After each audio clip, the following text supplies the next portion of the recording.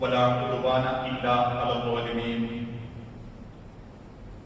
وأصلي وأسلم على أشرف الأنبياء والمرسلين نبينا محمد وعلى آله وأصحابه الفائزين برضا الله. اللهم صل على محمد وعلى آل محمد كما صليت على إبراهيم وعلى آل إبراهيم وبارك على محمد وعلى آل محمد كما باركت على إبراهيم وعلى آل إبراهيم إنك حميد مجيد. أعوذ بالله من الشيطان الرجيم. بسم الله الرحمن الرحيم. يا أيها الذين آمنوا اتقوا الله حق تقاته ولا تموتن إلا وأنتم مسلمون. يا أيها الناس اتقوا ربكم الذي خلقكم من نفس واحدة وخلق منها زوجها وبث منهما رجالا كثيرا ونساء واتقوا الله الذي تساءلون به والأرحام إن الله كان عليكم رقيبا. بسم الله الرحمن الرحيم. هل أتاك حديث ضيف إبراهيم المكرمين. رب اشرح لي صدري ويسر لي أمري. സ്നേഹാദരണീയരായ സത്യവിശ്വാസി വിശ്വാസിനി സഹോദരങ്ങളെ, സർവ്വലോക രക്ഷിതാവായ അല്ലാഹുവിന്റെ നിയമങ്ങളും നിർദ്ദേശങ്ങളും അന്ത്യപ്രവാചകൻ മുഹമ്മദ് മുസ്തഫ റസൂലുള്ളാഹി സ്വല്ലല്ലാഹു അലൈഹി വസല്ലമയുടെ ജീവിതചര്യകളും മരണം വരെ സ്വന്തം ജീവിതത്തിന്റെ എല്ലാ രംഗത്തും സൂക്ഷ്മതയോടെ സ്വീകരിക്കണമേ എന്ന് ആദ്യമായി ഉണർത്തുകയാണ് വസിയത്ത് ചെയ്യുക. അല്ലാഹു സുബ്ഹാനഹു വ തആല റബ്ബിന്റെ മതമായി പഠിപ്പിച്ച പല കാര്യങ്ങളും വളരെ സൂക്ഷ്മതയോടുകൂടി ജീവിതത്തിൽ പകർത്തുന്നവരാണ് നമ്മളെല്ലാവരും. പക്ഷേ നമ്മളിൽ പല ആളുകൾക്കും വേണ്ടത്ര സൂക്ഷ്മത കാണിക്കാൻ സാധിക്കാത്ത, ഒരുപക്ഷെ അതിന്റെ ഗൗരവത്തെപ്പറ്റി അറിഞ്ഞിട്ടോ അറിയാഞ്ഞിട്ടോ വലിയ ഗൗരവം പ്രകടിപ്പിക്കാത്ത ചില ഭാഗങ്ങളും ചിലരുടെ ജീവിതത്തിലുണ്ട്. അതിൽപ്പെട്ട ഒരു മേഖലയാണ് നമ്മളൊരു അതിഥിയായാൽ നമ്മൾ ചെല്ലുന്ന വീട്ടിൽ നമ്മൾ എന്തൊക്കെ കാണിക്കണം. നമ്മുടെ വീട്ടിൽ ഒരു അതിഥി വന്നാൽ ആ അതിഥിയോട് നമ്മൾ എങ്ങനെ പെരുമാറണം. ആ വിഷയത്തിലൊക്കെ നമ്മളിൽ ചില ആളുകൾക്ക് സൂക്ഷ്മത കുറവും വേണ്ടത്ര ഗൗരവവും കാണിക്കുന്നില്ല എന്നുള്ളതൊരു വസ്തുതയാണ്. ഇസ്ലാമിനെ സംബന്ധിച്ചിടത്തോളം മനുഷ്യന്റെ ജീവിതത്തിൽ ഇടപെടുന്ന പല ഭാഗങ്ങളിലും അദബുകളുണ്ട്, മര്യാദയുണ്ട് എന്ന് പഠിപ്പിച്ച മതമാണ് ഇസ്ലാം. അതുകൊണ്ടാണല്ലോ ഒരു വഴിയിലിരിക്കുന്ന ആളുകൾ അവൻ ഇസ്ലാം കാണിച്ചു കൊടുത്ത ചില മര്യാദകളുണ്ട്. മഹാനായ പ്രവാചകൻ സല്ലല്ലാഹു അലൈഹി വസല്ലം പറഞ്ഞു, നിങ്ങൾ ആരെങ്കിലും ഒരു വഴിയിലിരിക്കുന്നുണ്ടെങ്കിൽ, അതല്ലെങ്കിൽ നിങ്ങൾ ഒരു പാതയോരത്ത് നിങ്ങൾ ഇരിക്കുന്നുണ്ടെങ്കിൽ, നിങ്ങൾക്ക് കടമകളുണ്ട്, മര്യാദകളുണ്ട്. അത് പാലിക്കാൻ സാധിക്കുന്നില്ലെങ്കിൽ നിങ്ങൾ വേഗം ആ പാതയോരത്ത് നിന്ന് മാറി നിൽക്കണം, വഴിയിൽ നിന്ന് പിരിഞ്ഞു പോകണം. സഹാബത്ത് ചോദിച്ചു, അല്ലാഹുവിന്റെ തിരുമുതലിൽ എന്തൊക്കെയാണ് വഴിമര്യാദകൾ? മഹാനായ റസൂലുള്ളാഹി സ്വല്ലല്ലാഹു അലൈഹി വസല്ലം പറഞ്ഞു, നിങ്ങൾ ആ പാതയോരത്ത് ഇരിക്കുന്നുണ്ടെങ്കിൽ സലാം പറയണം, പറഞ്ഞ സലാം മടക്കണം. നിങ്ങളുടെ ദൃഷ്ടികൾ നിങ്ങൾ താഴ്ത്തണം. നിങ്ങളുടെ നാവുകളെ കൊണ്ട് നിങ്ങൾ ആ പാതയോരത്ത് നിന്ന് പച്ചയിറച്ചി തിന്നാൻ പാടില്ല. നിങ്ങളുടെ വഴി പ്രയാസപ്പെടുത്തപ്പെടുന്നുണ്ടെങ്കിൽ നിങ്ങളുടെ വാഹനമാകട്ടെ നിങ്ങളാവട്ടെ ആ വഴിയിൽ നിന്ന് മാറി നിന്ന് വഴി എളുപ്പമാക്കി കൊടുക്കണം. പക്ഷേ ഇന്നത്തെ കാലഘട്ടത്തിലോ അത് കുറ്റിച്ചിറ അങ്ങാടിയിലാണെങ്കിലും ബീച്ചിന്റെ സൈഡിലാണെങ്കിലും നന്മണ്ടയുടെ ബസ് സ്റ്റോപ്പാണെങ്കിലും ഇരിക്കുന്ന ആളുകൾക്ക് മറ്റുള്ളവന്റെ പച്ചയിറച്ചി തിന്നാനേ നേരമുള്ളൂ. മുൻപിലൂടെ ആരെങ്കിലും പോയാൽ പിന്നെ അവന്റെ ഇറച്ചി. കൂടിയിരിക്കുന്നത് മറ്റുള്ളവരുടെ പച്ചയിറച്ചി തിന്നാനാണെങ്കിൽ ഇരിക്കാൻ പാടില്ല. ചിലര് സ്വന്തം സൗകര്യം മാത്രമേ നോക്കൂ. എന്റെ വണ്ടി ഞാൻ അവിടെ പാർക്ക് ചെയ്യും, ബ്ലോക്കായാലും ശരി, പിന്നിലുള്ള ആളുകൾ എത്ര പ്രയാസപ്പെട്ടാലും ശരി, എന്റെ സ്വന്തം സൗകര്യം. അതൊരു മുസ്ലിമിന് യോജിക്കാത്തതും ഒരു മനുഷ്യന് യോജിക്കാത്തതുമായിട്ടാണ് ലോകം പരിചയപ്പെടുത്തുന്നത്. ഇതുപോലെ തന്നെ ഒരു വീട്ടിലേക്ക് ഒരു അതിഥി കടന്നു വന്നാൽ, നമ്മളുടെ വീടുകളിലേക്ക് ഒരു അതിഥി വന്നാൽ നമ്മൾ എന്ത് ചെയ്യണം? ഇപ്പോഴും ചില കുടുംബങ്ങളെ പറ്റി മറ്റു ചിലർ പറയാറില്ലേ, ആ ഉമ്മയുടെ കാലത്ത് ആ വീട്ടിൽ ചെന്നാൽ ഒരിറക്ക് വെള്ളം കിട്ടും, എന്തെങ്കിലും കുടിപ്പിക്കാതെ ആ ഉമ്മ പറഞ്ഞയക്കാറില്ല.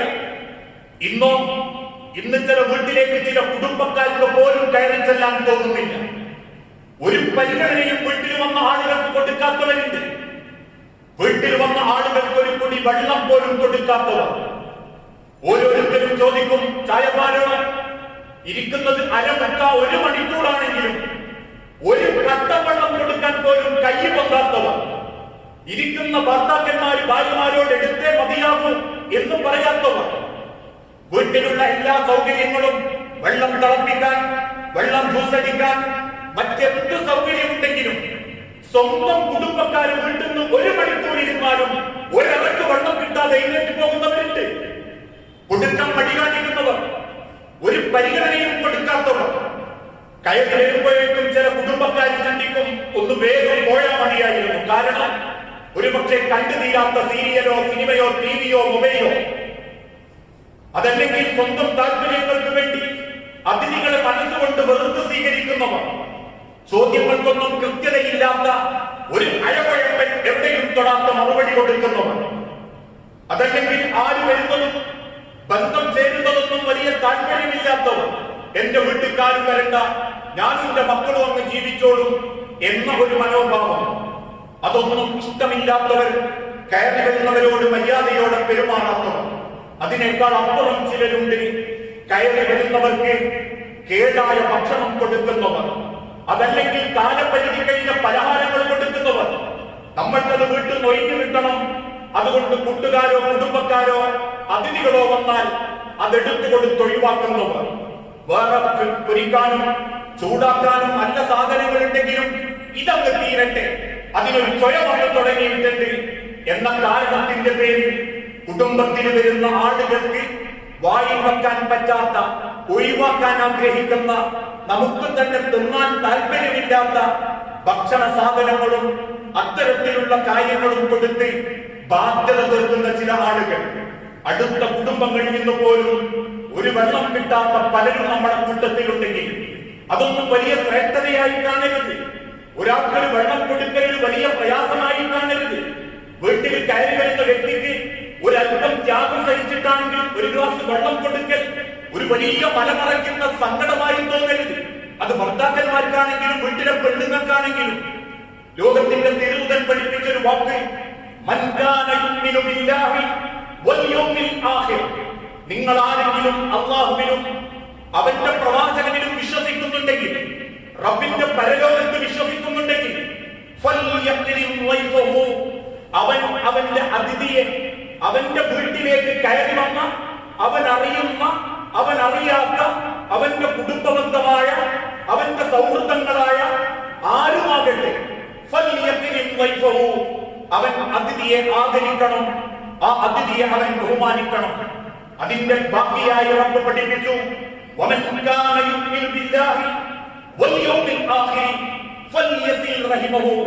ആരെങ്കിലും അല്ലാഹുവിനും പരലോകത്തും വിശ്വസിക്കുന്നുണ്ടെങ്കിൽ അവൻ ചേർക്കട്ടെ റഹിമഹു, അവന്റെ കുടുംബ ബന്ധം.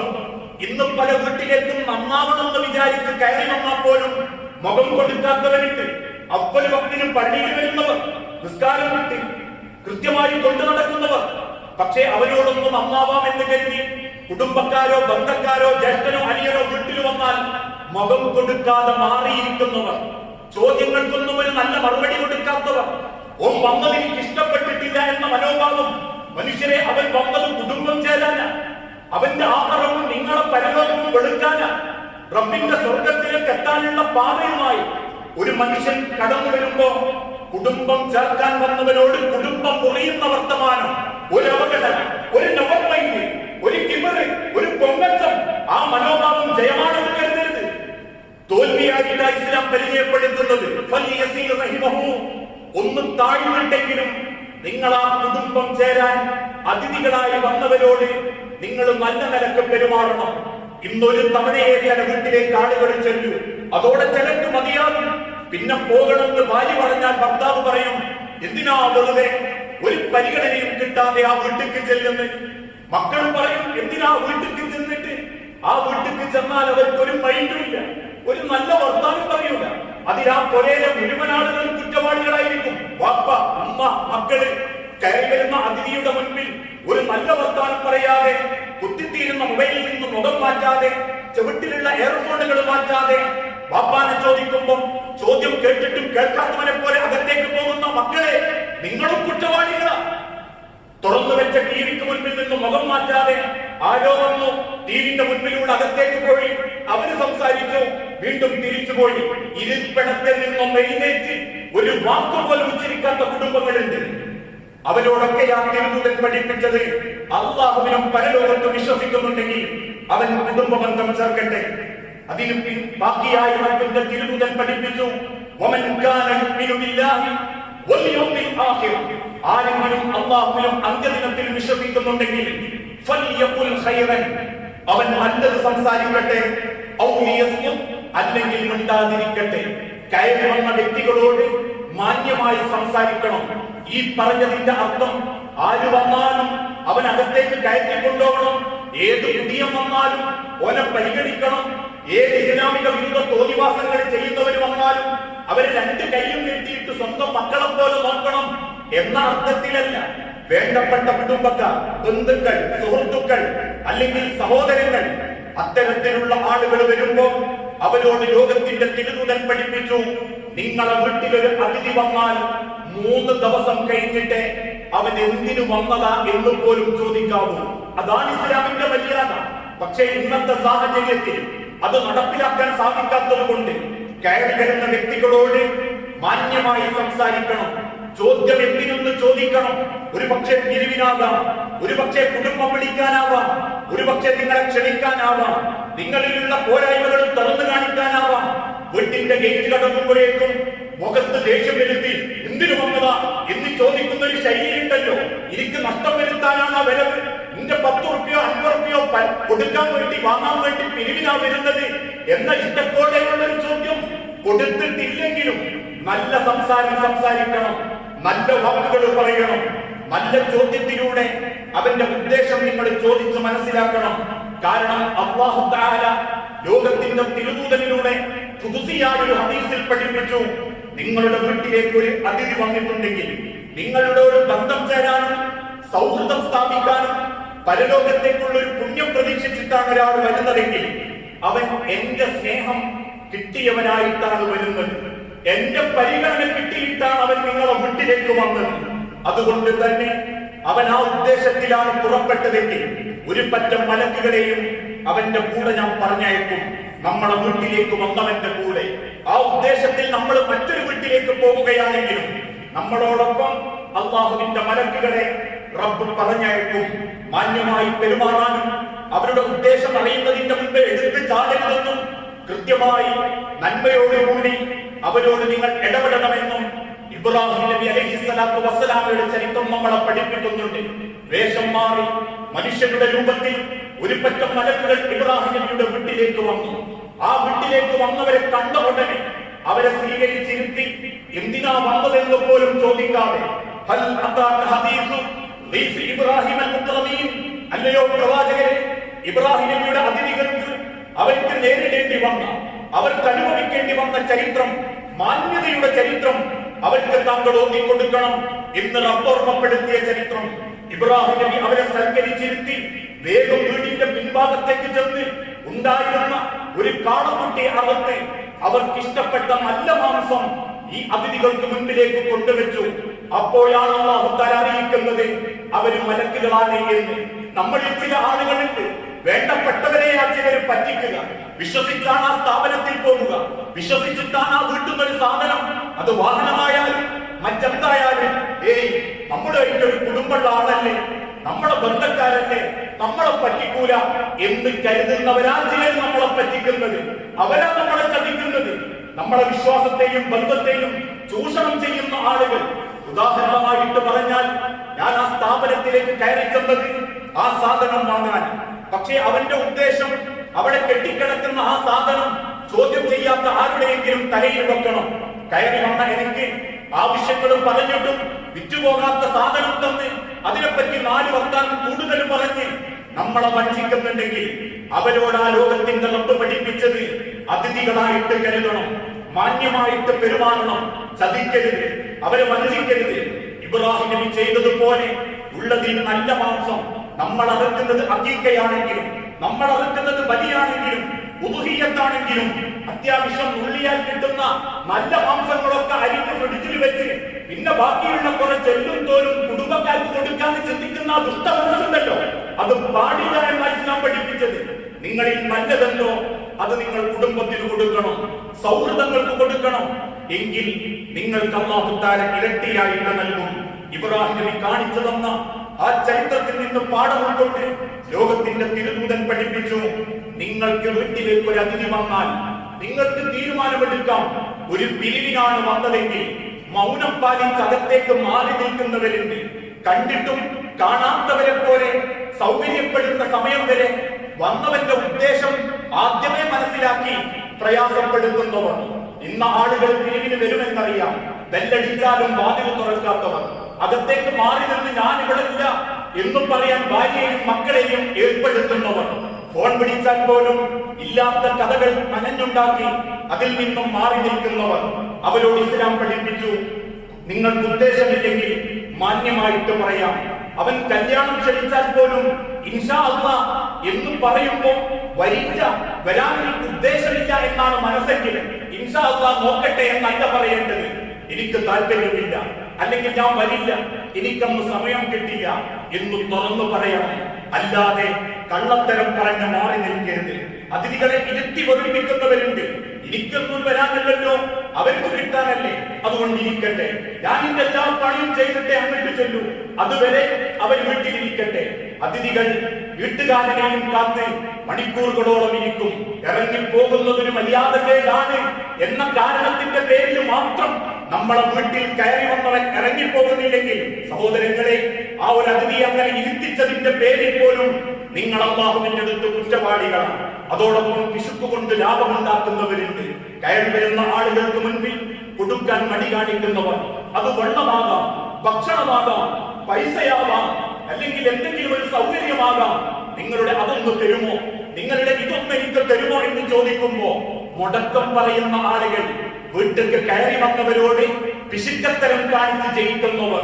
അള്ളാഹുവിന്റെ തിരുദൂതനോട് സഹാബത്ത് ചോദിച്ച പ്രവാചകനെ, എനിക്ക് സ്വർഗം വേണം, എന്നെ ഒന്ന് ഉപദേശിക്കണം, എന്റെ സ്വഭാവത്തിൽ എനിക്ക് മാറ്റേണ്ട ഒരു മാറ്റത്തെ പറ്റി പറയണം.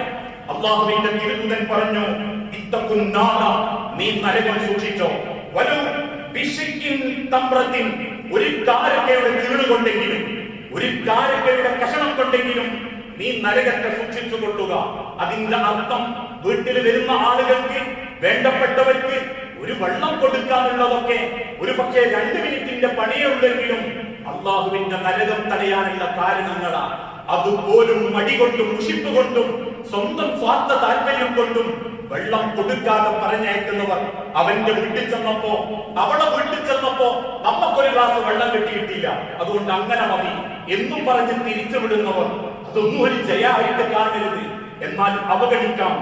വീട്ടിൽ കയറി വരുന്ന ആളുകളെ അവഗണിക്കാൻ അവകാശം നൽകുന്നവർ, ഒന്ന് മദ്യപാനികൾ, കുടിച്ചു വരുന്നവർ, കുടിയന്മാരായ ആളുകളെ നമുക്ക് വേണ്ടപ്പെട്ട സീറ്റിലേക്ക് ഇരുത്തരുത്.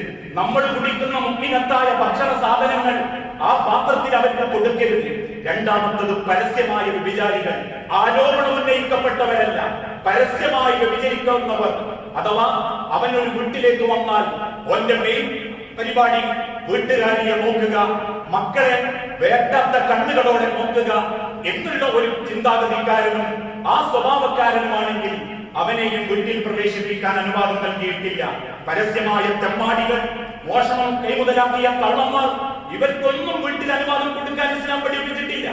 അല്ലാത്ത ആളുകൾ, അങ്ങനെയുള്ള അതിഥികളോട് നിങ്ങൾ മര്യാദയോടെ പെരുമാറണം. ഇന്ന് നമസ്കാരവും നോമ്പും ബാക്കി എല്ലാ കാര്യത്തിലും ആളുകൾ പെർഫെക്റ്റാ, മര്യാദകൾ നോക്കും.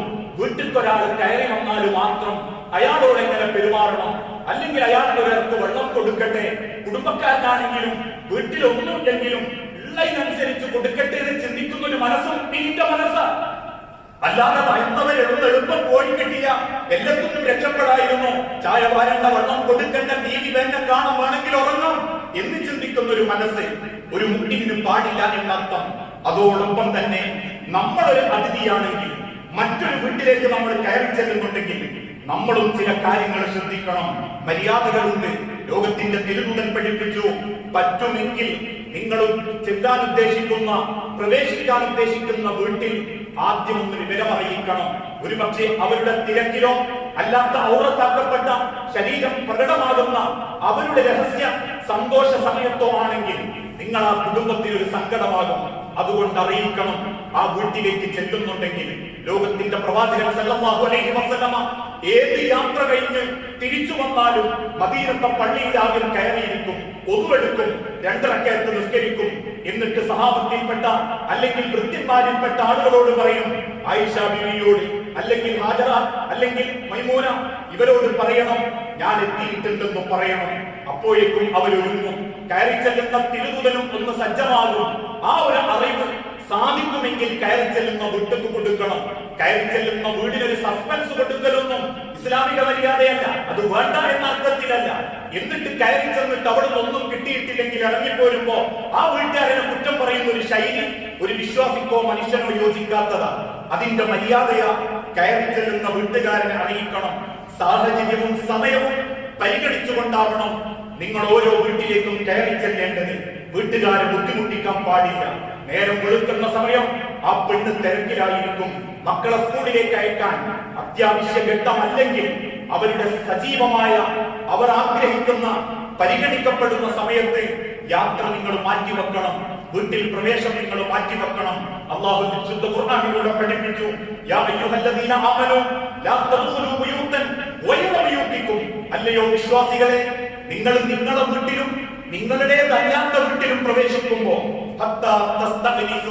നിങ്ങൾ പ്രവേശിക്കരുത് അനുവാദം ചോദിച്ചിട്ടല്ലാതെ, അല്ലെങ്കിൽ ആ വീട്ടുകാരനോട് സലാം പറഞ്ഞിട്ടല്ലാതെ. അതാണ് നിങ്ങൾക്ക് ഏറ്റവും ഉത്തമമായത്. ഒരു വീട്ടിൽ, ഒരു തറവാട്ടിൽ 5-8 കുടുംബങ്ങൾ ഉണ്ടെങ്കിൽ ആര് വന്നാലും സലാം പറയണം. ഞാൻ ആ വീട്ടിലേക്ക് പ്രവേശിച്ചു, ഞാനും എന്റെ ഭാര്യയും എന്റെ അനിയനും അനിയന്റെ ഭാര്യയും ആ വീട്ടിലാണ് താമസമെങ്കിൽ എനിക്ക് എന്റെ വീട് എന്ന അർത്ഥത്തിൽ കയറി ചെല്ലാൻ പാടില്ല. എന്റെ അല്ലെങ്കിൽ എന്റെ അനിയന്റെ ഭാര്യയുണ്ട്, എന്റെ ജ്യേഷ്ഠന്റെ ഭാര്യയുണ്ട്, അതുകൊണ്ട് കാത്തിരിക്കണം. എന്റെ വീട്, ഞങ്ങൾ ഒരുമിച്ച താമസം പാടില്ല. എന്റെ ഭാര്യ അല്ലെങ്കിൽ എന്റെ അനിയന്റെ ഭാര്യയെ ഞാൻ പരിഗണിക്കണം എന്നാണ് ഇസ്ലാം പഠിപ്പിച്ചത്. അതുകൊണ്ട് നിങ്ങൾ അനുവാദം ചോദിക്കുകയോ സലാം പറയുകയോ ചെയ്യണം. ആ സലാം എങ്ങനെ പറയണം? അള്ളാന്റെ തിരുദൂതൻ പഠിപ്പിച്ചു, തുറക്കുന്ന വാതിലിന്റെ നേരെ നേരെ നിൽക്കരുത്, അല്പം ചെരിഞ്ഞിരിക്കണം. എന്നാൽ പൃഷ്ഠഭാഗം അവർക്ക് നേരെയാവാനും പാടില്ല. അല്പം ചെരിഞ്ഞ് തുറക്കുന്നവർ ഒരുപക്ഷെ നിങ്ങളെ ആയിരിക്കില്ല പ്രതീക്ഷിക്കുന്നത്, അവളുടെ ഭർത്താവിനെയാകാം. അതുകൊണ്ട് അവൾ അടുക്കളയുടെയോ വീട്ടിലെയോ വേഷത്തിലാവാം. അതുകൊണ്ട് കാണുന്ന കാഴ്ച ഒറ്റയടിക്ക് വന്നവരെയും വീട്ടുകാരിയെയും സങ്കടപ്പെടുത്താതിരിക്കാൻ അല്പം ചെരിഞ്ഞു നിന്ന് വീട്ടിനെ നോക്കി സലാം പറയണം. എത്ര തവണ പറയണം? 3 തവണ പറയണം. 3 തവണയും സലാം മടക്കൽ കിട്ടിയിട്ടില്ലേ, പിന്നെ നിങ്ങൾ അവിടെ നിന്ന് മടങ്ങണം. ചെരുപ്പുണ്ടല്ലോ, ആലോചന വെച്ചിട്ടുണ്ടല്ലോ, അല്ലെങ്കിൽ ഏതെങ്കിലും തരത്തിൽ ഫാന് കറങ്ങുന്നുണ്ടല്ലോ, മോട്ടോർ വർക്ക് ചെയ്യുന്നുണ്ടല്ലോ, അതവർ നിങ്ങൾ എടുക്കേണ്ടതില്ല. 3 തവണ സലാം പറഞ്ഞു നിങ്ങൾക്കതിന് തിരുത്തൽ മടക്കൽ കിട്ടിയിട്ടില്ലെങ്കിൽ നിങ്ങൾ പിരിഞ്ഞു പോകണം. എന്നാൽ വീട്ടിനുള്ളിലുള്ള വ്യക്തി നമസ്കരിക്കുകയാണെങ്കിൽ അവൻ ആ സലാം കേട്ടിട്ടുണ്ടെങ്കിൽ അവന്റെ വിവാദത്തിന്റെ ശബ്ദം അവനൊന്ന് ഉയർത്താം, അല്ലെങ്കിൽ അവനൊന്ന് മുരടനെത്തുന്ന രീതിയിൽ അവന്റെ ആ ഒരു അല്ലാഹു അക്ബർ എന്ന വർത്താനം ഉയർത്താം. ബെല്ലടിച്ച വ്യക്തിക്ക് മനസ്സിലാകും ആള് നമസ്കാരത്തിലാണെന്ന്. അതാണ് ഇസ്ലാമിന്റെ മര്യാദ. രണ്ടാമത്, ഇതല്ലാത്തൊരു വീട്ടിലേക്കാണ് കയറി ചെല്ലുന്നതെങ്കിൽ, മുസ്ലിമിന്റെ വീടല്ലെങ്കിൽ പോലും ആ വീട്ടിലേക്ക് കയറി ചെല്ലുമ്പോ വന്ന നിങ്ങൾ സാന്നിധ്യം അറിയിക്കണം. സലാം പറയാൻ പറ്റുന്നില്ലേ, മുരട കെട്ടണം. പുറത്തു നിന്ന് 3 തവണ മുരട കെട്ടണം. എന്നിട്ടും ശബ്ദമുയർത്തി അറിയുമെങ്കിൽ പേരൊന്ന് വിളിക്കണം. എന്നിട്ടും മറുപടി കിട്ടിയിട്ടില്ലെങ്കിൽ നിങ്ങൾ അങ്ങ് പിരിഞ്ഞേക്കണം. പക്ഷേ ഇന്ന് ചില ആളുകളുണ്ട്, ഒരു തവണ വിളിച്ച് നേരെ പിന്നാമ്പുറത്തേക്ക് ചെല്ലും. എന്നിട്ട് പറയുന്ന എനിക്കതിന് സ്വാതന്ത്ര്യമുണ്ട്, ഞങ്ങൾ അങ്ങനെയാ കുടുംബക്കാര്, ഞങ്ങൾ അങ്ങനെയാ വീട്ടുകാര്. ആ അനുവാദം ഇസ്ലാം നൽകിയിട്ടില്ല. ഓരോരുത്തർക്കും ഓരോ മര്യാദയും അഥവാ അല്ലാഹു തീരുമാനിച്ചിട്ടുണ്ടെങ്കിൽ അത് പാലിക്കണം.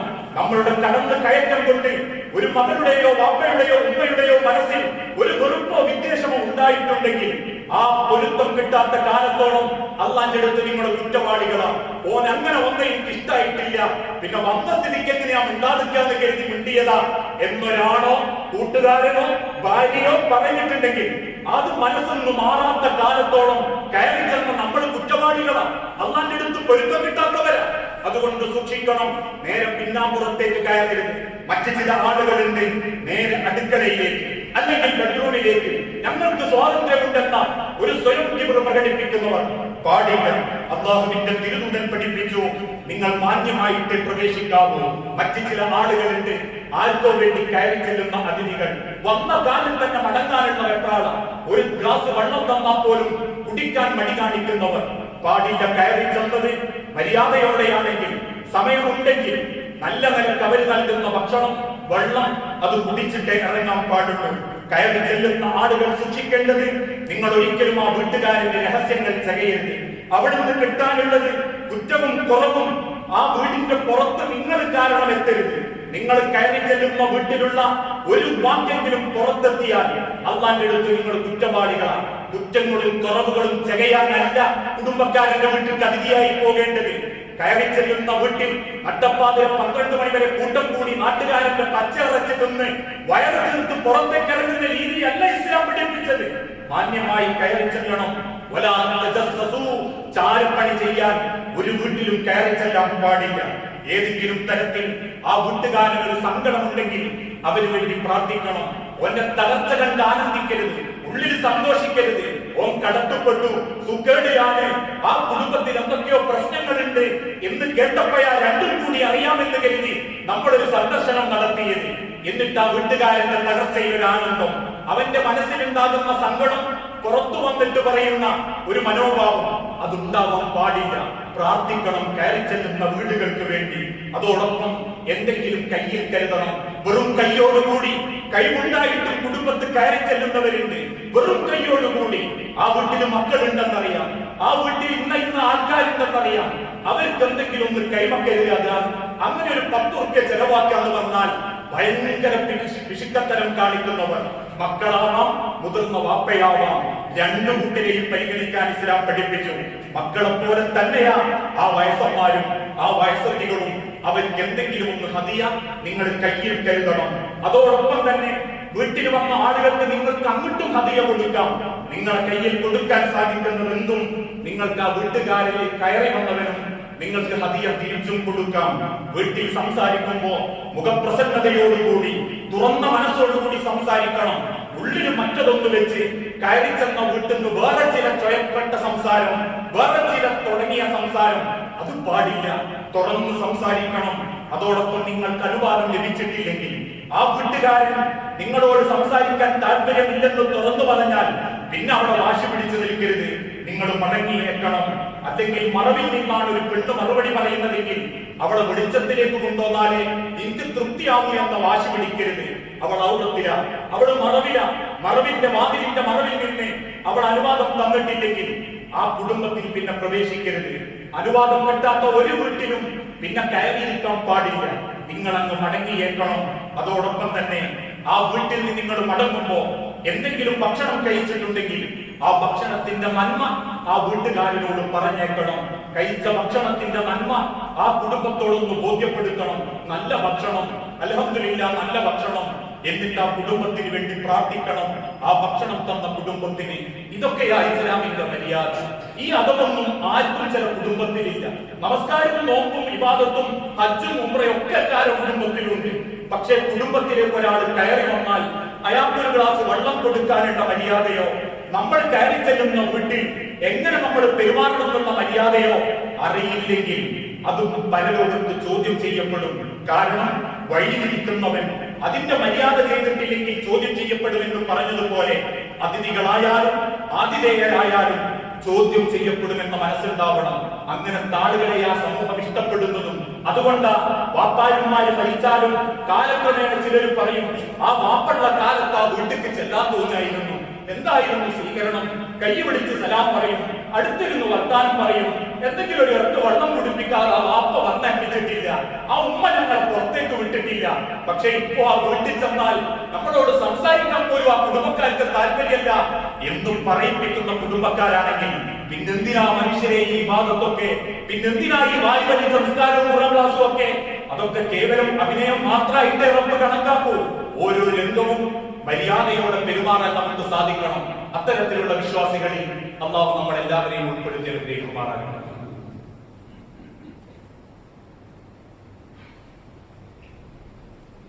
അൽഹംദുലില്ലാഹ് വസ്സലാത്തു വസ്സലാമു അലാ റസൂലിൽ അമീൻ വഅലാ ആലിഹി വഅസ്ഹാബിഹി അജ്മഈൻ. അമ്മാ ബഅദ്. യാ അയ്യുഹന്നാസ് ഉസീകും ഇയ്യായ ഖബലൻ ബിഖബ്വല്ലാഹ്. ജീവിതത്തിന്റെ ഒരു രംഗത്തും അല്ലാഹുവിനെ മറന്നു പോകരുത് എന്ന് ഒരിക്കൽ കൂടി ഉപദേശിക്കുകയാണ്, വസിയത്ത് ചെയ്യുകയാണ്. പലപ്പോഴും ഹജ്ജിന് സമയമെടുക്കുന്ന സമയത്ത് ഹജ്ജിന്റെ കർമ്മങ്ങൾക്ക് വേണ്ടി ലോകത്തുള്ള നാനാഭാഗത്തുള്ള വിശ്വാസികളെ പ്രതീക്ഷിച്ച് കഅബാലയം വൃത്തിയാക്കി സർവ്വ സജ്ജീകരണങ്ങളും സന്നാഹങ്ങളും ഒരുക്കി കാത്തിരിക്കുന്നു. പത്രത്തിലൊക്കെ നമ്മളൊരു വാർത്ത കാണാറുണ്ട്. അള്ളാഹുവിന്റെ അതിഥികൾക്കായി മക്ക ഒരുങ്ങി എന്നാണ് ആ വാർത്ത. അതിന്റെ അർത്ഥം റബ്ബിന്റെ ഭവനത്തിൽ വരുന്നവർ അള്ളാഹുവിന്റെ അതിഥികളാണ്. ആ അതിഥികളെ സൽക്കരിക്കുക, അവർക്കുള്ള സൗകര്യം ചെയ്തു കൊടുക്കുക എന്നുള്ളത് ഒരു വീട്ടുകാരന്റെ ഉത്തരവാദിത്വം പോലെ ഒരു പള്ളി ഭാരവാഹികളുടെ ഉത്തരവാദിത്വം. പക്ഷെ ഇന്ന് നമ്മുടെ നാടിലും ഈ സമൂഹത്തിലുമൊക്കെ ചില പള്ളികളിൽ കയറി വരുന്ന ആളുകൾ വേണമെങ്കിൽ നിസ്കരിച്ചു പോയിക്കോട്ടെ എന്ന ഒരു മനോഭാവക്കാരൻ. ഞങ്ങൾ കുറച്ച് ആളുകൾ മതി പള്ളിയിൽ, വരുന്നവരൊക്കെ നിസ്കരിച്ചു പോയിക്കോട്ടെ എന്ന് ചിന്തിക്കുന്ന ഒരു മനോഭാവം കേരളത്തിന്റെ പല ഭാഗത്തും നമ്മൾ കണ്ടുകൊണ്ടിരിക്കുന്നുണ്ട്. എന്നാൽ അതുപോലെ തന്നെ അൽഹംദുലില്ലാഹ് വരുന്ന ആളുകൾക്ക് ഇരിക്കാനും സൗകര്യം ചെയ്യാനും നല്ല നിലയ്ക്ക് എല്ലാ സൗകര്യങ്ങൾക്കും വേണ്ടി ശ്രമിക്കുന്ന നല്ല കമ്മിറ്റി ഭാരവാഹികളും നമ്മുടെ കൂട്ടത്തിലുണ്ട്. ഓരോ മാറ്റങ്ങളും ഓരോ പ്രദേശത്തെ പള്ളി നമ്മളെ ബോധ്യപ്പെടുത്തിയിട്ടുണ്ട്. അതുകൊണ്ട് തന്നെ ഒരു ഭാരവാഹിത്വം ഏറ്റെടുക്കുമ്പോൾ നമ്മൾ ഏതൊക്കെയോ പള്ളിയിലെ മെമ്പർമാരും ഭാരവാഹികളുമാണെങ്കിൽ അള്ളാഹുവിന്റെ ഭവനം അത് കയറി വരുന്നവർക്ക് സൗകര്യം ചെയ്തു കൊടുക്കുക എന്നുള്ളത് അതിഥികളെ സൽക്കരിക്കുന്നതിനേക്കാളും അപ്പുറം റബ്ബിന്റെ അടുത്ത് കൂലിയുണ്ട്. കാരണം കയറി വരുന്നവരൊക്കെ അതിഥികളാണ്. ആ പ്രദേശത്തെ അതിഥികളാണ് അള്ളാന്റെ ഭവനത്തിലേക്ക് കൂടാമെന്നവര്. അങ്ങനെ കയറി വരുന്ന ചില അതിഥികൾക്ക് ദ്രവിച്ചുപോയ ഇരിക്കാൻ യോഗ്യമല്ലാത്ത ചില പായകളും കേൾക്കാൻ സാധ്യമല്ലാത്ത ചില മൈക്കുകളും സ്പീക്കറുകളും അല്ലെങ്കിൽ ഒന്നെടുക്കാൻ പോലും പൊട്ടിപ്പൊളിഞ്ഞ ബാത്റൂമുകളും അല്ലെങ്കിൽ പൈപ്പുകളും ഒന്ന് വിസർജിക്കാൻ ആഗ്രഹിച്ചാൽ പോലും ഒരു പെണ്ണിന് നല്ല നിലക്ക് മുദ്രയിക്കാൻ പറ്റാത്ത ബാത്റൂമുകളും ക്ലോസറ്റുകളും ഒക്കെ ഉള്ള ഒരു പള്ളിയാണെങ്കിൽ അവിടെ ചോദ്യം ചെയ്യപ്പെടുന്നത് ആ പള്ളി ഭാരവാഹികളെയായിരിക്കും. ഞാനിത് സൂചിപ്പിക്കാനുള്ള കാരണം നമ്മളെ പള്ളി അൽഹംദുലില്ലാഹ് മാറ്റങ്ങൾ നടന്നുകൊണ്ടിരിക്കും. പക്ഷെ പല ഭാഗങ്ങളിലുമുള്ള പള്ളികൾ സൗകര്യങ്ങൾ ചെയ്യാതെ സ്വന്തം സ്വാർത്ഥത മാത്രം ലക്ഷ്യം വെച്ച് പ്രവർത്തിക്കപ്പെട്ടുകൊണ്ടിരിക്കുന്നുണ്ട്. അത് നന്മണ്ടയാവാം, ഈ ലോകത്തിന്റെ നാടിന്റെ പല ഭാഗത്തുമാകാം. എന്നാൽ അതിനേക്കാളും അപ്പുറം കയറി വരുന്നവർക്ക് സർവ്വസന്നാഹങ്ങളും ഒതുവെടുക്കാൻ, സാനിറ്റൈസർ ചെയ്യാൻ, ഇരിക്കാൻ, തണുക്കാൻ, കുടിക്കാൻ എല്ലാ സൗകര്യങ്ങളും ചെയ്യുന്ന പള്ളികളുമുണ്ട്. അതുകൊണ്ട് സൂക്ഷിക്കണം. പള്ളി അള്ളാഹുവിന്റെ ഭവനങ്ങളാണ്, അള്ളാഹുവിന്റെ വീടാണ് പള്ളി. അവിടെ കയറുന്നവർ അള്ളാഹിന്റെ അതിഥികളാണ്. അതുകൊണ്ട് നിങ്ങൾ ആ പള്ളിയെ ആദരിക്കണം. ലോകത്തിന്റെ തിരുദൂതൻ പറഞ്ഞല്ലോ, നിങ്ങളും പള്ളിയിൽ പ്രവേശിക്കുമ്പോ നല്ല വസ്ത്രം ഭംഗിയിലായിരിക്കണം നിങ്ങൾ പള്ളിക്ക് പോകേണ്ടത്. കാരണം നിങ്ങൾ അള്ളാന്റെ അതിഥികളാണ്. ഒരു കല്യാണത്തിന് പോകുമ്പോ ആ കല്യാണക്കാരന്റെ അതിഥി ആയതുകൊണ്ടാണ് നമ്മൾ ഡ്രസ്സൊക്കെ ഒന്ന് നന്നാക്കുന്നത്. കല്യാണത്തിനും പുതിയതും മുഞ്ചുള്ളതുണ്ട്. അതേ മനസ്സ് അള്ളാന്റെ അതിഥിയായിട്ട് വരുമ്പോണ്ടാവണം, ധരിക്കണം, അത് ശരീരത്തിലുണ്ടാവണം. ഇതാണ് ലോകത്തിന്റെ തിരുമുഖപ്പെട്ടിട്ടുള്ളത്. അതോടൊപ്പം തന്നെ കയറി വന്ന അതിഥികളും പള്ളി കയറുന്ന ചില കാര്യങ്ങൾ സൂക്ഷിക്കണം. ഉള്ള പൈപ്പ് പൊട്ടിച്ചു പോകാമെന്ന് ചിന്തിക്കുന്ന മനോഭാവം, ഒതുവെടുക്കുന്നിടത്തൊക്കെ ചൂയിങ്കം തുപ്പിയിട്ടിട്ട് ബുദ്ധിമുട്ടിക്കുന്ന മനോഭാവം, കാലിൽ മണ്ണുണ്ടെന്നറിഞ്ഞിട്ടും അവിടെ ധരിക്കാൻ വെച്ച ചെരുപ്പ് ധരിക്കാതെ ബാത്റൂമിൽ കയറി വൃത്തികേടാക്കുന്ന മനോഭാവം, ഫാനിട്ട് വെച്ചിട്ട് ആരെങ്കിലും ഒപ്പാക്കട്ടെ എന്ന് കരുതി ഇറങ്ങിപ്പോകുന്ന മനോഭാവം, ശരീരത്തിന്റെ പല ഭാഗത്തുനിന്നും പുറത്തേക്ക് വരുന്ന നീരും വേണ്ടാത്തതും തോട്ടിക്കുടച്ചു വെക്കുന്ന മനോഭാവം, അതൊന്നും പള്ളി കയറുന്നവരും ചെയ്യാൻ പാടില്ല. കാരണം ഒരു പള്ളി അള്ളാന്റെ ഭവനാണ്. ആയിരക്കണക്കിന് ആളുകൾ ആശ്രയിച്ചു വരുന്ന സ്ഥലമാണ്. ആ മര്യാദയും സൂക്ഷ്മതയും ഒരുക്കുന്നവരും കയറുന്നവരും ശ്രദ്ധിച്ചാൽ അതിനൊക്കെ അള്ളാന്റെ അടുത്ത് കൂലിണ്ട്. അതാണ് നമ്മൾ ശ്രദ്ധിക്കേണ്ടത്. അൽഹംദുലില്ലാഹ്, അങ്ങനെ മനസ്സുകൊണ്ട് അള്ളാഹുവിന്റെ ഭവനത്തിലേക്ക് അടുക്കാൻ, അതിഥികളോട് നല്ല മനസ്സോടെ തുറന്ന് പെരുമാറാനും ബന്ധങ്ങൾ കൂട്ടിപ്പിടിക്കാനും സാധിക്കുന്ന നല്ല മുഅ്മിനീങ്ങളുടെ കൂട്ടത്തിൽ അള്ളാഹു നമ്മളെല്ലാവരെയും ഉൾപ്പെടുത്തി അനുഗ്രഹിക്കുമാറാകട്ടെ. അള്ളാഹുവെ, അറിഞ്ഞും അറിയാതെയും ചെയ്തു കൂട്ടിയിട്ടുള്ള സകല തെറ്റുകുറ്റങ്ങളും പുറത്ത് നിന്റെ സ്വർഗ്ഗപൂങ്കാവനത്തിൽ ഇതേ രൂപത്തിൽ നീ ഞങ്ങൾ ഒരുമിപ്പിച്ചു കൂട്ടാനാണ്. മാരക പരീക്ഷണങ്ങളെ കൊണ്ടും സുഖേടുകളെ കൊണ്ടും ദുരിതപ്പെടുന്ന ആളുകൾക്ക് അവരുടെ സങ്കടങ്ങളും പ്രയാസങ്ങളും നീ എളുപ്പത്തിൽ ലഘൂകരിച്ച് നൽകണം. മക്കളില്ലാതെ സങ്കടപ്പെടുന്ന ഇടങ്ങൾക്ക് മക്കളെന്ന അനുഗ്രഹം നൽകി ഓരോ കുടുംബത്തോടും നീ കാരുണ്യം കാണിക്കണം. اللهم اغفر للمؤمنين والمؤمنات المسلمين والمسلمات اللهم اجرنا من النار اللهم اجرنا من النار اللهم اجرنا من النار ربنا تقبل منا انك انت السميع العليم وتب علينا انك انت التواب الرحيم. അല്ലാഹുവേ, പ്രാർത്ഥിക്കണമെന്ന് വസിയത്ത് തന്നവരുണ്ട് നാഥ. അസുഖം ബാധിച്ച് അങ്ങേയറ്റം സങ്കടപ്പെടുന്ന നിരവധി കുടുംബങ്ങളുണ്ട് റബ്ബേ. പല അസുഖങ്ങളും, ഓരോ അസുഖവും നീ എളുപ്പത്തിൽ ശിഫ നൽകി ക്ഷമയോടെ വേദനയോടെ സഹിച്ച് ക്ഷമിച്ച് ആ ഒരു പടക്കം നന്മയുള്ള രീതിയിലാക്കി ആഫിയത്തും റഹ്മത്തും നൽകി ഓരോ രോഗികളോടും നീ കാരുണ്യം കാണിക്കണമേ. ഞങ്ങൾ ഇന്ന് മരിച്ചുപോയ സഹോദരി സഹോദരന്മാർ, മാതാപിതാക്കൾ, മക്കൾ, ഭാര്യമാർ, ഭർത്താക്കന്മാർ എല്ലാവരുടെയും ഖബർ നീ വിശാലമാക്കുകയും അവരെയും ഞങ്ങളെയും ജന്നാത്തുൽ ഫിർദൗസിൽ ഒരുമിപ്പിച്ചു കൂട്ടുകയും ചെയ്യണമേ. റബ്ബനാ ആതിനാ ഫിദ്ദുനിയ ഹസന വഫിൽ ആഖിറതി ഹസനത വഖിനാ